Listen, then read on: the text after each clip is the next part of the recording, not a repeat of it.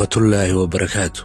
nabad dhegaystayaal meel kastoo daafaha adduunka aad ka joogtaan, waa aniga iyo saaxiibkii deeqayso oo idiin soo gudbin doona warbixin koobsanaysa dagaaladii toddobaadadii ugu dambeeyey ka socday Itoobiya ee dadyowga aadka u tirada badan ay ku naf waayeen. markii aan xilka ra'iisul wasaaraha ee Itoobiya qabtay, waxa aan noqday maxbuus qol ugu jira laamaha sirdoonka dalka Itoobiya iyo kuwa madaxtooyada. dhowrkii bilood ee u horreysay ee aan deganaa madaxtooyada Itoobiya, waxaan ku sugnaa xaalad aan la qiyaasi karayn. waxaan ahaa qof ammaankiisu aanu sugnayn oo wakhti kasta dhimasho u diyaar ah. waa hagaag nabiil. tusaale waxaa la diiday dhowr qof oo ila socday oo ilaaladayda gaarka ahay inay xafiiskayga ama qolka aan degganahay amnigiisa sugaan. waxaa madaxtooyada gacanta ku hayay laamaha amniga oo ah kuwa isku wada xidhan. aniguna qof cusub oo meesha soo galay uun ayaan noqday. waxaan ka fikiray haddii wax dhacaan meesha aan ka baxsan lahaa. sidaa awgeed maalin ayaan dhahay kaalayay soo tusa madaxtooyada qaybaha ay ka kooban tahay. waxay yidhaaheen maya, waa halis.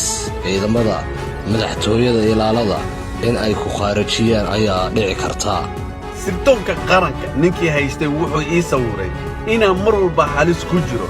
meesha keliya aan ku badbaadi karna ay tahay inaan ku ekaado qolkayga aan ka degganahay madaxtooyadii inta u dhaxaysa xafiiskayga. muddo ayaan maxbuus noocaasa ahaa. xitaa xafiiska shaqada aan qabanayo, maadaama ay shaqaaluhu wada ahaayeen kuwa ay sirdoonka keensadeen, wax sir ah ma jirin. go'aanka aan qaadanayo waxa uu ahaa wax suuqa yaalla, maadaama ay kooxaha TPDLF ay gacanta ku hayeen sirdoonka madaxtooyada federaalka Itoobiya. xitaa ubadkaygii ayaan u cabsaday oo aan qurbihii ku celiyey markaan dareemay inuusan ammaankoodu sugnayn. anigu habeen weliba oo dhimasho waan ku talageli jiray. kadib ra'iisul wasaare ku-xigeenka Itoobiya ayaan tashannay. waxaan isla qaadannay in aan xaaladdan lagu sii jiri karin oo isku shaandhayn loo baahan yahay dhanka laamaha ammaanka sirdoonka dalka oo dhan laga hirgeliyo. sirdoonku markay maqleen inaan isbeddel samaynayo, waxay madaxdii sirdoonku boobeen hantidii dalka, waayo iyaga keliya ayaa ogaa gudaha dalka iyo qalabka ka yaala xafiisyada sirdoonka. wax walba way rarteen. inta aan ognahay waxaa ka sii badan intaanan ogayn. kadib waxaan u soo jeestay dhanka ciidamada qaranka militariga qaybihiisa kala duwan oo boqolkiiba 80 tigreegu ay gacanta ku hayeen. jenaraalada, jenaraal ku-xigeennada, kornaylada iyo kornayl ku-xigeennada.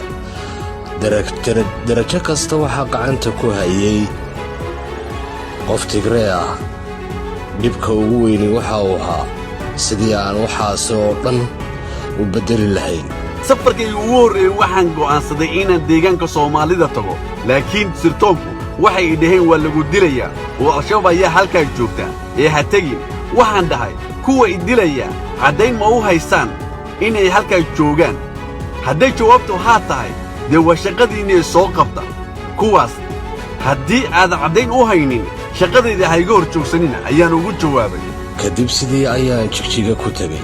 sababta aan u tegey waxay ahayd waxaan ogaa in la rabay in Soomaalidu goosato, kadibna ay tigreegu goostaan. abaabulka koowaadna laga bilaabay dhinaca Soomaalida, kadibna dalkuba sidaa ku kala yaaco.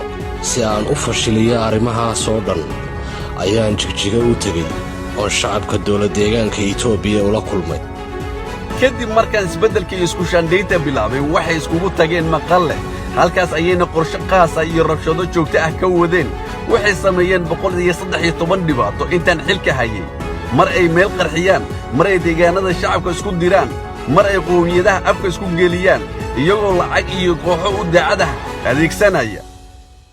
bal u fiirso deegaanada Amxaaradu oo xuduudka la leeyahay Oromada. waad aragtaa in Oromada iyo Amxaarada meelaha ay xadka ka leeyihiin la isku diray. dhanka Amxaarada iyo Bashambuul waa la isku dhuftay. dhanka amxaarada iyo canfarta waa la isku dhuftay. canfarta laftooda waa la mid, oromadu waa la mid. deegaan walba deegaanka uu xuduudka la leeyahay waa la isku dhuftay. deegaan walba qowmiyadaha wada degan waa la isku diray, laakiin deegaanka Tigreegu degan yahay cid iskuma dhicin. meelaha xuduudaha la leeyihiin qowmiyadaha kale ee degan isma layn. sababtuna waxa weeye kuwa wax isku dirayaba maadaama iyagu ahaayeen deegaankoodu nabad buu ahaa. indha adeegkoodu waxayba ku dhihi jireen annaga uunbaa nabad ah, deegaannada kale way gubanayaan oo yaa dabka ka dhex shiday deegaannada kale oon ayaga ahayn. waxaa xigay qaraxii weynaa ee Addis Ababa iyo dilkii Hajaru, fannaankii weynaa ee Oromada ahaa, oo ay aad u qorsheeyeen. tusaale gaaban, deegaanka canfarta iyo Soomaalidu waa islaayeen, dagaallo weliba soo noqnoqday. kadib madaxweynaha canfarta ayaa fikir la yaab leh soo bandhigay hay-adda Qeesood. waa sii wadaynaa hadalka Abiy Axmed uu dhahay oo fadiixad ku ah maamulka deegaanka islamarkaana fashilinaya waxay qorsheynayeen. waxaa warkaa inoo akhrinaya anigoo ah Qeesood iyo saaxiibkay Nabiil Cali. waxa af Soomaali ku turjumay Cabdisalaan Sheekh Xasan, Midnimo Web TV.